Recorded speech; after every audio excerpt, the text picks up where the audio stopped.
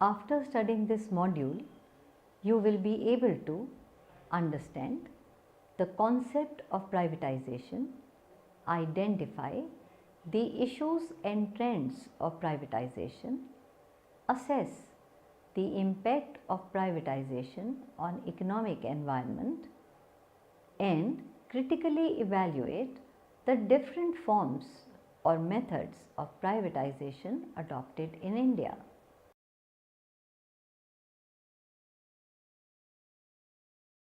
Today, the pace of economic change is far rapid than at any point of time in history of the world.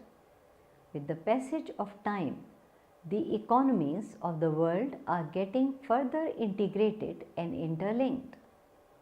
Lesser government involvement is desired in the business of the world. Since the privatization wave across the world, the famous quote cited here can be, "The business of government is not to be in business." This has been said by John Moore, and this seems to hold more relevance these days. In order to diversify the economy of the government of India has been working towards privatization.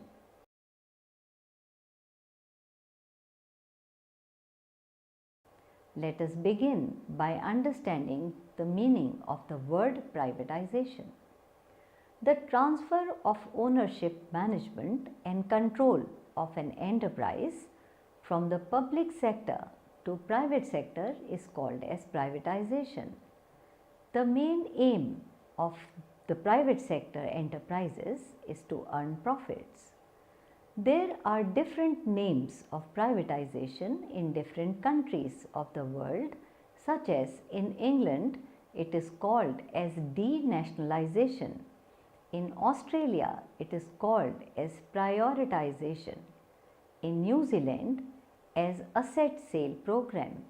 In Mexico as disincorporation, and in Sri Lanka as peopleization.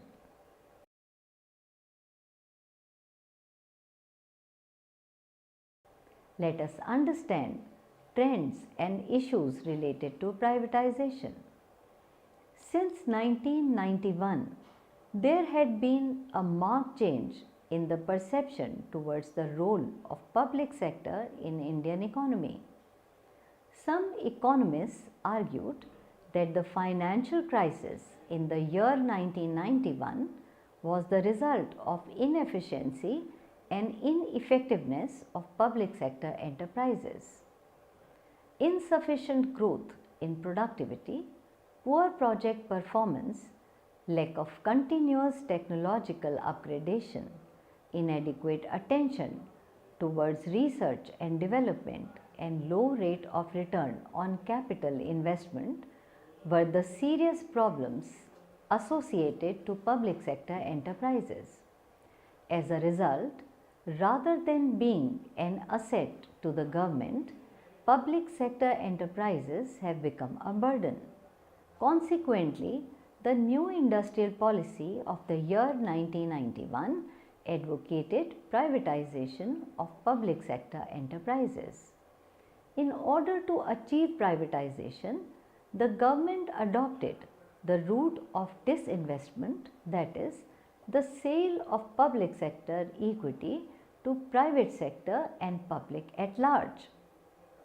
Since the start of economic liberalization, the evolution of privatization policy in India can be outlined as: number 1, during the year 1991-92, the Government of India initiated a policy to divest up to 20% of its equity in selected PSUs to mutual funds, institutional investors as well as to workers of these firms.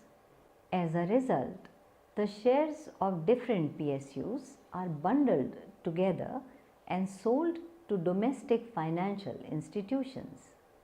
Later, in order to ensure better prices in the year 1992-93, individual shares were auctioned separately. 2. In order to suggest the correct method of disinvestiture in the year 1993, the Government of India appointed a committee on disinvestment in public sector enterprises under the chairmanship of C. Rangarajan. The committee recommended that up to 49% of the equity could be divested in industries reserved for public sector, and in exceptional cases it could go up to 74% of the equity that could be divested. For the industries not reserved for public sector, 100% of equity could be divested. Industries reserved for public sector were coal, minerals and oils, ornaments, atomic energy, radioactive minerals, railways, etc. But the Government of India did not act on these recommendations. 3. In order to draw a long-term disinvestment program for the PSUs, the Government of India constituted a 5-member Public Sector Disinvestment Commission under the chairmanship of G.V. Ramakrishnan in August 1996. The Commission recommended strategic sales with transfer of management and disinvestment of 58 different PSUs. By the year 1996-97, the sale of PSUs was open to NRIs and the foreigners and through global depository receipts in the international markets. 4. In the year 1998-99, the government had decided that in generality of cases, the government shareholdings in PSUs will be brought down to 26%.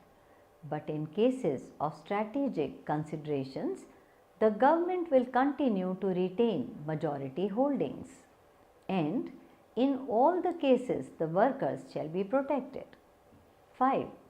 In the year 1999, the government announced the classification of industries into strategic and non-strategic areas. Strategic industries include arms and ammunition and related defense industries, atomic energy, mining of minerals for atomic industry, the railway transport, etc. All other industries were classified as non-strategic. In case of non-strategic industries, the government shareholdings could be dropped to as low as 26% on a case-to-case basis. 6.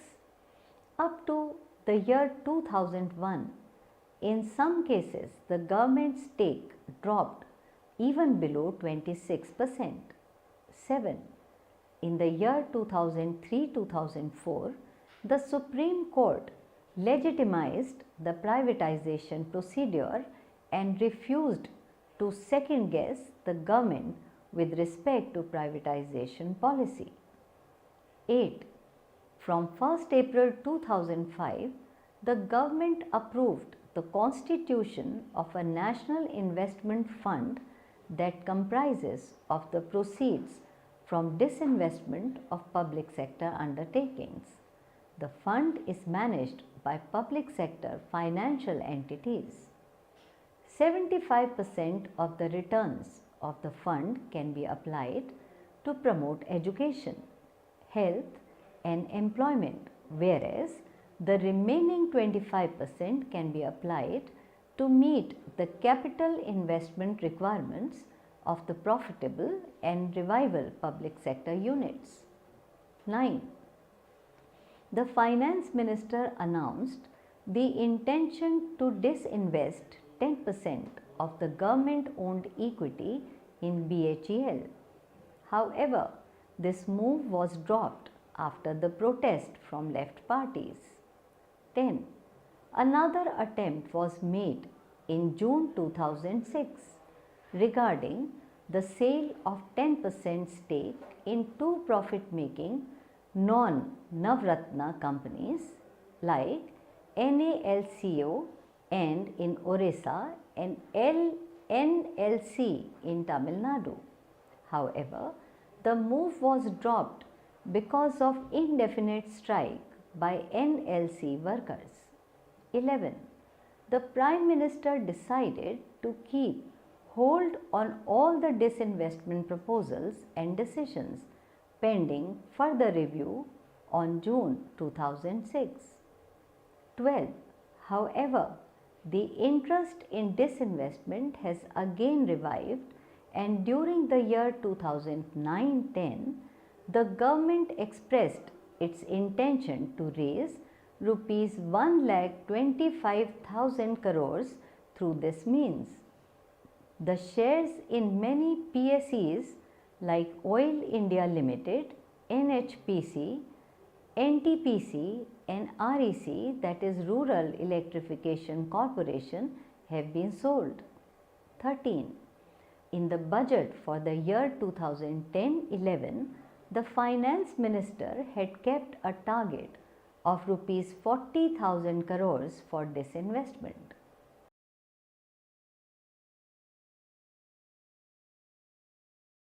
Let us now assess the impact of privatization on economic environment. There was a great deal of controversy among economists, political thinkers and policy makers on the issue of privatization. Privatization has both supporters as well as opponents. Some are of the opinion that privatization is the only way to get rid of inefficiency, incompetency and losses of public sector enterprises which are mounting. On the other hand, some are of the opinion that privatization is anti-labor and anti-welfare and that will cause sufferings to the people. The impact of privatization is both positive as well as negative, that is summarized as it leads to more efficiency. Private enterprises are faced with severe competition in the market. Therefore, in order to survive or grow, they are compelled to make all kinds of improvements in their organization and management. Thus, in turns, it leads to increase in efficiency and performance of private sector enterprises. Next, it resulted in less wastage and reduced costs. The private enterprises are based on the basic principle of profit maximization. Therefore, in order to make profit, the private sector will make all efforts to reduce costs. The costs can be reduced by minimizing wastages and adopting cost-saving techniques. Next, it does not involve political interference. In private sector enterprises, there is no political interference as compared to public enterprises in which political interference is very common. The political interference was the major cause for the poor performance of the public sector enterprises. And since there is no political interference for private sector units, they can work freely and can take their decisions on time. Fourth, it leads to flexibility in decision making. Timely and prompt decisions are very important for a successful business. In case of public sector enterprises, decision making is very time consuming and lengthy, as government and various other agencies were involved. But in case of private sector enterprises, decisions are taken quickly, promptly and in the shortest possible time, as they have properly delegated authority and command structure. Thus, private sector units can respond to the changing business environment almost immediately. Next, it is beneficial to customers. The main objective of private sector is to maximize profits, and this sector cannot succeed unless they are able to improve customer satisfaction. Therefore, with a view to increase their sales and performance, the management of private sector units would have to ensure customer satisfaction. Next, responsibility and accountability. In private sector enterprises, the delegation of responsibility and accountability is properly defined. So, in this type of organization, it is very easy to hold people accountable for their decisions and actions. Next, capacity to raise funds. The performance of the private sector enterprise decides their capacity to raise funds from the capital market, and also there is a system of incentives in the working of these enterprises. Therefore, they are forced to perform well. Next, no mismatch between production and demand. A private sector unit produces and sells only those goods that ensure maximum returns. Therefore, these units try that there is no mismatch between what people demand and what industry produces for them. Thus, in turn, it assures that there is no wastage or shortages. Let us now consider some negatives of privatization. Number 1. It ignores social welfare. The main motive of private sector is to earn profit. So, it is quite possible that the motive of profit may sometimes go against the motive of social welfare. For example, the production and price of some goods which are regulated by the government so that they are in reach of common people, but otherwise they would become unaffordable to the poor. Next, unemployment and poverty would increase because of privatization. Private entrepreneurs use capital intensive techniques in pursuit of cost reduction and higher profitability. In these capital intensive techniques, the number of workers employed is smaller as compared to those enterprises where labor intensive techniques are used. And also, the private sector cannot compromise on efficiency for the sake of generating employment. So, the reduction in employment causes loss of means of living for workers as well as their family members.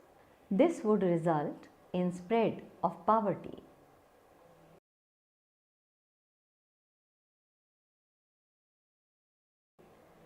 Now let us consider different forms or methods of privatization which are adopted in India.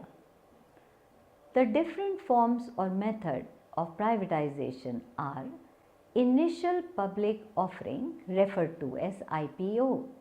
This is the most important method used for privatization. Under this method, the shares of public sector undertakings are sold to retail investors and institutions. The government may in some cases sell shares of a public sector unit in international market also. The IPO method is the best method in case of those countries which have a strong capital market.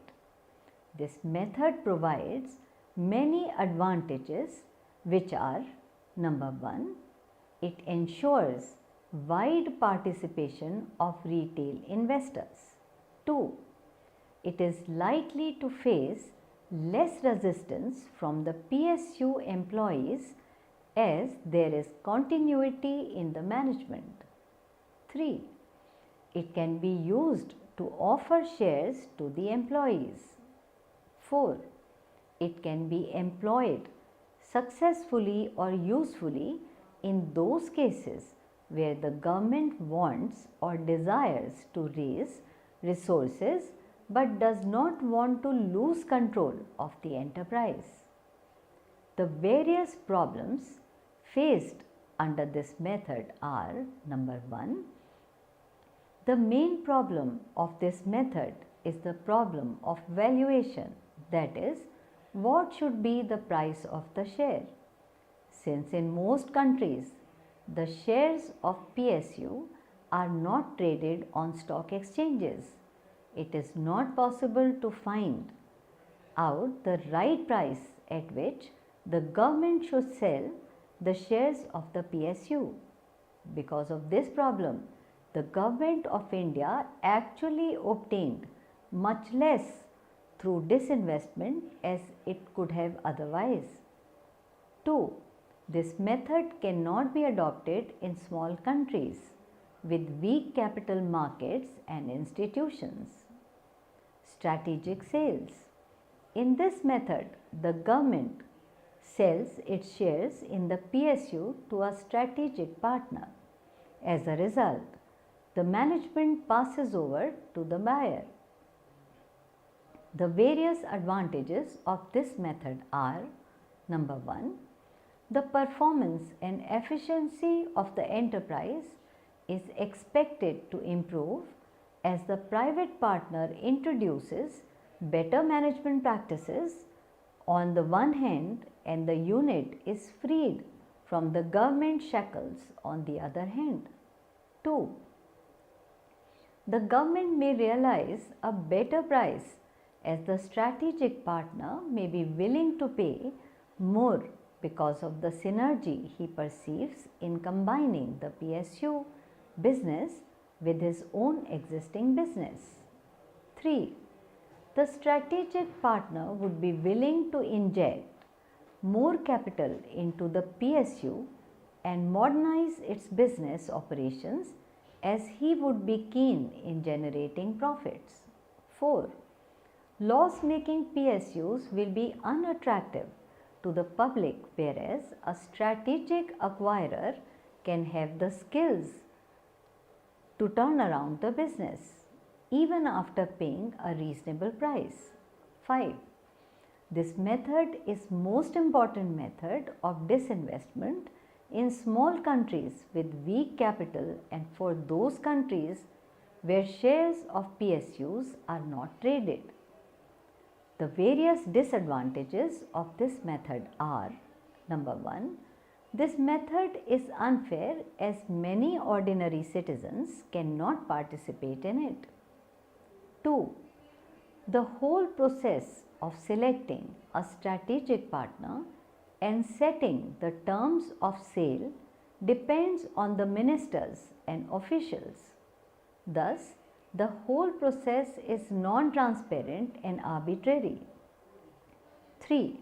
Since it is very difficult to assess the actual value of the enterprise, the strategic partner often convinces the government officials to get control over the company at a value far less than the actual value of the enterprise.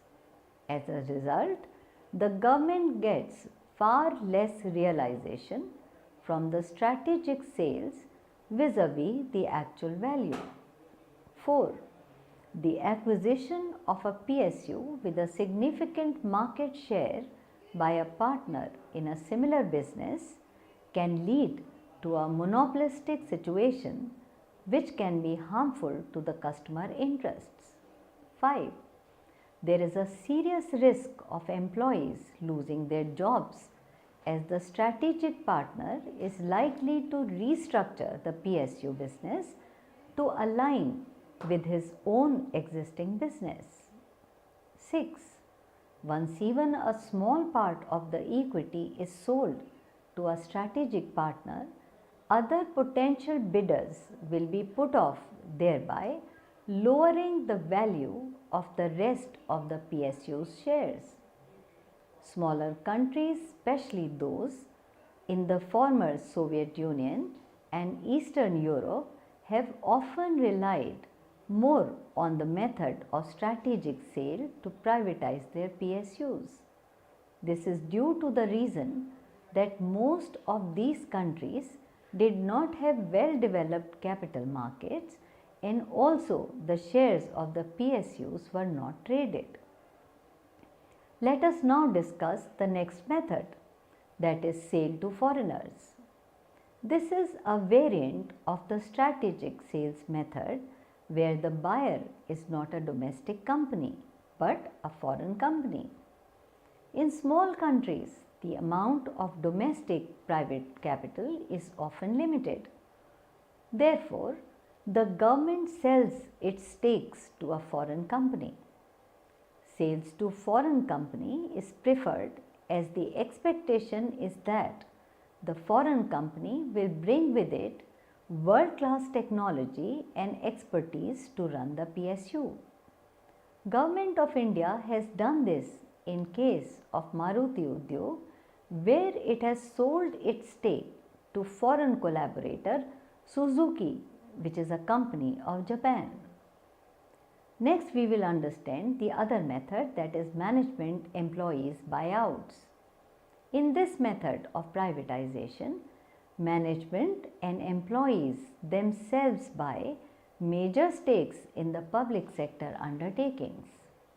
Advantages of this method are: number 1, this method is easy to implement both politically and technically. 2, there will be better corporate governance if insiders have better access than outsiders to the information needed to monitor managers.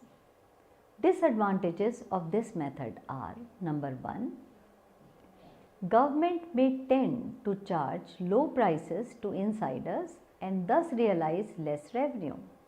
2, managers and employees can block the entry of outsiders. Number 3, outsiders may hesitate to invest in firms with significant insider ownership. Next method of privatization is auction. Auction is one of the methods for divesting shares under market sale where the sale proceeds are maximized through bidding. It is less time consuming and involves low transaction cost. It is targeted at the institutional investors. In the initial round of disinvestment, government divested its stake in PSUs through this method. When in the year 1993, the government appointed a committee on disinvestment in public sector enterprises, the committee suggested that the best method for disinvestment is by offering the shares to the general public at a fixed price through a general prospectus. Since these shares were not traded on stock market, it would be difficult to decide the fixed price.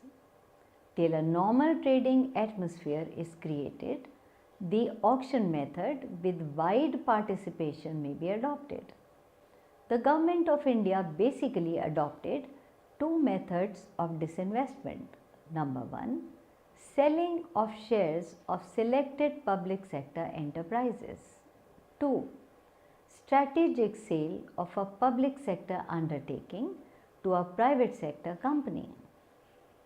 The first method was adopted over the periods from 1991-92 and 1998-99, and since 1999-2000, emphasis shifted to second method.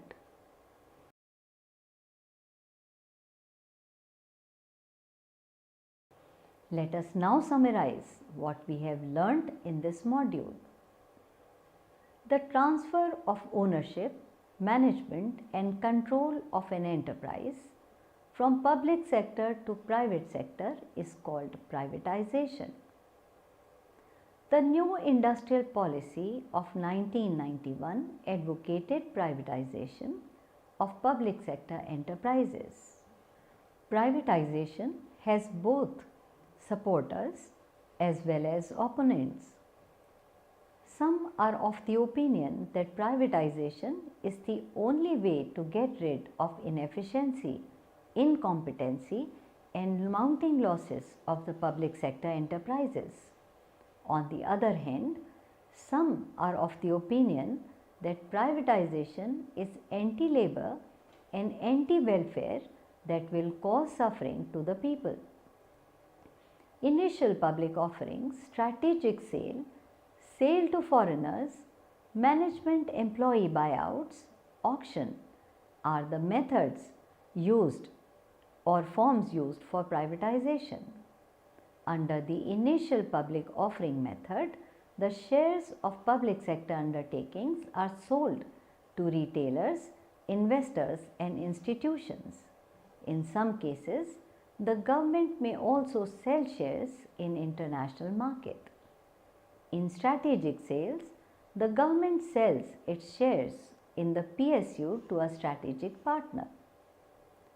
Sale to foreigners is a variant of strategic sales method where the buyer is not a domestic company but happens to be a foreign company.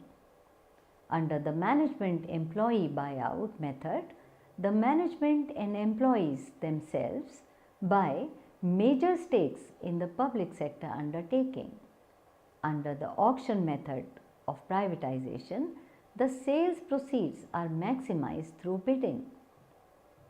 In India, initial public offering method was adopted over the periods 1991-92, 1998-99 and since 1999-2000, emphasis shifted to the strategic sales method.